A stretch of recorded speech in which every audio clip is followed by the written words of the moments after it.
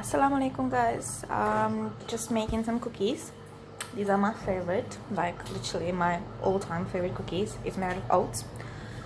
I use these just any oats you can use. You don't have to use organic, but I just like use organic because I have a baby, so try to keep like most of the organic stuff at home, so I just buy organic oats because I make my son a porridge as well, oat porridge, so I use it as well for his food. So I just don't want to buy like two different things, like non-organic for us and organic for my baby. So I just buy organic straight away.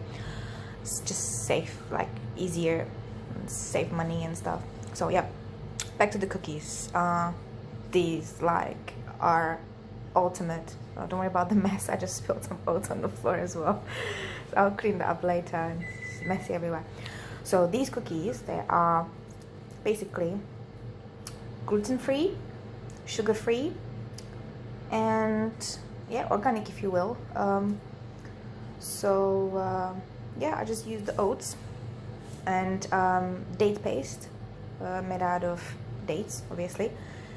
You can either buy full dates and take the seeds out and just put it in a food processor, make your own paste, but I don't have the time, so I just buy the already grind paste.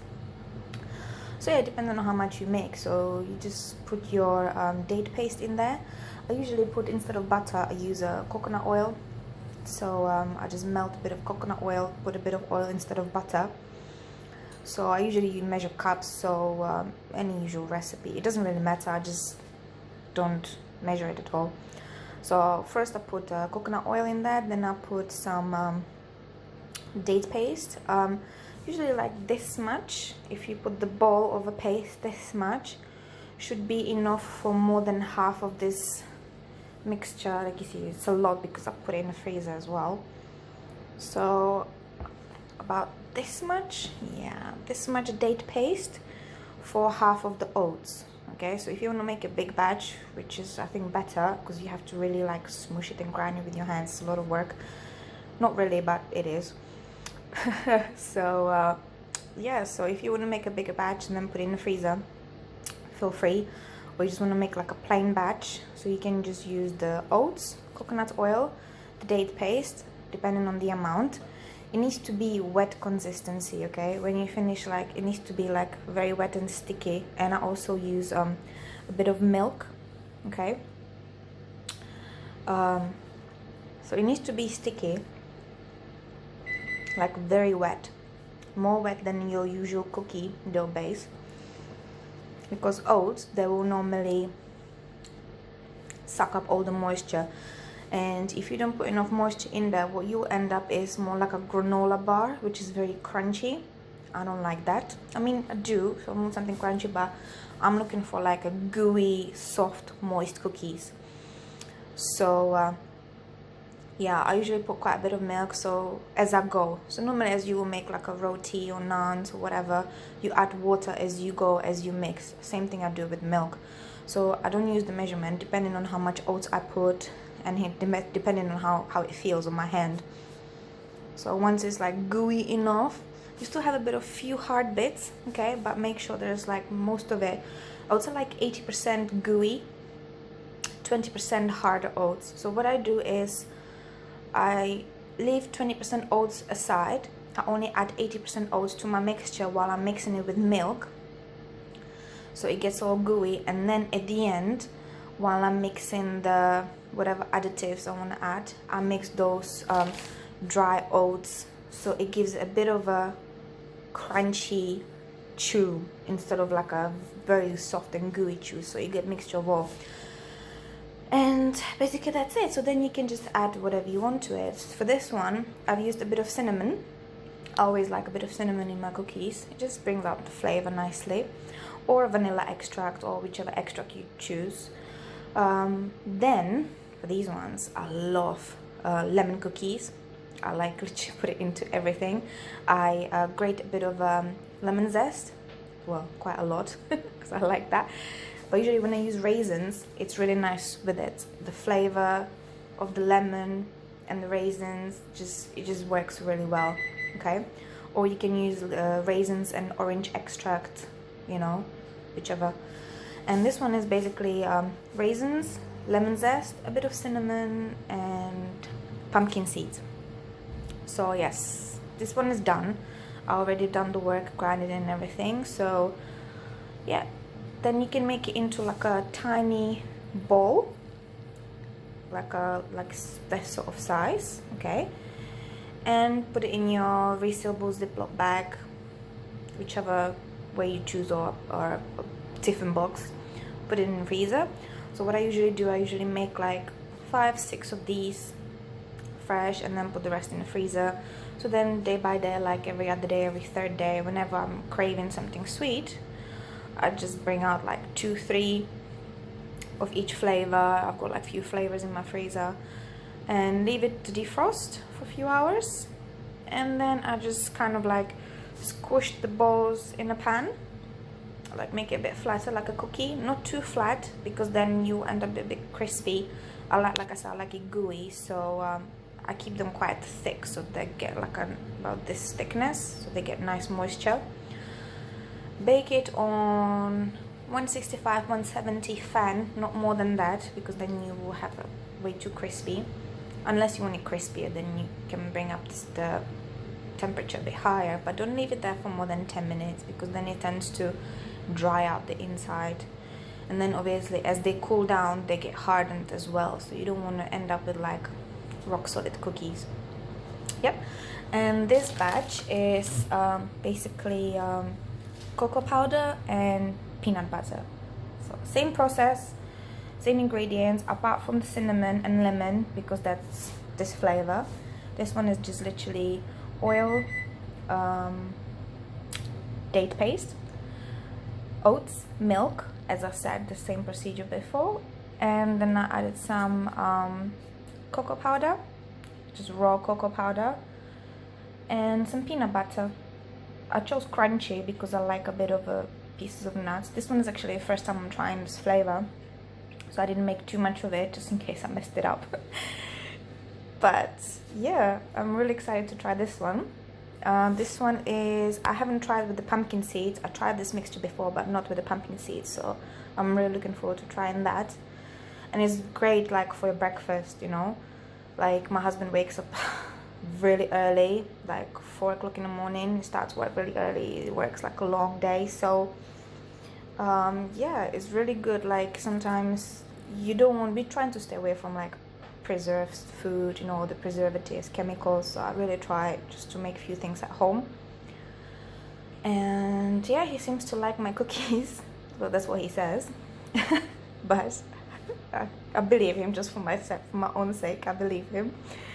And yeah, so I give him a bit of a cookie a day or two for breakfast, or just with your afternoon tea if you're feeling hungry but not really, a bit more like peckish, not really hungry, and you fancy something sweet but you just don't want to grab that Snicker bar, or you know, a bit of a chocolate. So this one is like a chocolate flavor. It just really satisfies your craving, because the date paste is really sweet. I mean, be careful not to add too much if you don't like too much sweetness in your bakery items. I mean, I don't like it too sweet, because I don't know, I want to enjoy the flavor. I just don't want to feel the overwhelming sweetness and sugariness of everything. I like the flavor. With me, it's more about the flavor. So I do these additives, like the cocoa powder will add the richness to it, you know, the peanut butter obviously, and chocolate goes really well together, so why not? It's kind of obvious choice. This one is more on the fresh side. Like I said, this is very refreshing, and it smells awesome when it's baking because of the lemon, fresh lemon zest in there. I mean, you can use lemon extract, but trust me, just do a bit of a grating, you know, just do that lemon zest, because it's really, really game changer. It is. So yeah, that's the preparation. I preheated the oven on the fan for 200 for a few minutes, obviously, but I'm going to turn it down before I put the cookies in. And next, I'm just going to show you like my baking tray, how I make the cookies, how I space them out and stuff. So yeah, it's just really simple, you know. It's just, don't really fuss about it. Just do what you think You can use different mixture. You can put nuts like walnuts, almonds, or cocoa powder. You can use almonds, walnuts, pistachio nuts, cashew nuts. Coconut one is really good. I actually did coconut and lemon flavor with no cocoa powder, coconut and lemon, like this, just plain. It was really delicious as well. So like I said, everything is really nice. So yeah, I really suggest you guys try that, and inshallah it's gonna taste awesome. Inshallah you'll be very happy like we are. Hopefully you'll be happy, and yeah, it will be really great to hear some comments so I can read if you guys like it, or your own suggestions. I'm really open to that, but nothing too sweet. But yeah, so like I said, I'm gonna show you then the preparation on the baking tray, and then when the cookies are done, and that's it. Delicious, delicious, delicious. Alright guys, just to show you here, I don't know which way should I record it. Maybe this way. If it's upside down, I really apologize for that. Well, anyway, so this is how I did it. Basically, you can see the balls, okay, each, and this is how I flattened it. These ones don't look really good. I hope they're gonna taste nice. And yeah, so it's really simple. You make a ball in your hand, once you leave it for a bit, it's not really that sticky, you see. So it's just a bit of, that's why you put the coconut oil, so it just goes nicely. So you just keep gently flatten it, or you can just smash it. It's up to you. I like them nice and round and all that. So this is about a thickness that I will go. See, it's still quite thick. You can see here, it's still quite thick. But yeah, awesome. And this one, I think the chocolate one I made a bit too moist, so I've added a bit of oats. So I'm gonna bake these, see how it comes out. If it's a bit too gooey, then I'll just add a little bit of oats, dry oats, mix it together, and that's it. Like I said, this recipe is really simple, nothing to it. Alright, so that's what it looks like. These are the testers. The rest will go in the freezer. And yeah, that will be a lovely breakfast for tomorrow or tea time. So yeah, I will show you again once it's cooked. Thank you. So here it is, guys. This is what came out of the oven. And as you can see, somebody munched on it already. Yeah, it was me. I just wanted to test it and to taste it. And this is what it looks like inside. As you can see, there is a bit of a moist middle, as you can squeeze it. See how soft it is? And these ones with the pumpkin seeds, they're really nice. The pumpkin seed adds like really nice chewy crunch to it, and a flavor. It's really good. And these ones are also, see how softly it just falls apart? See? As well. Very gooey. And yeah.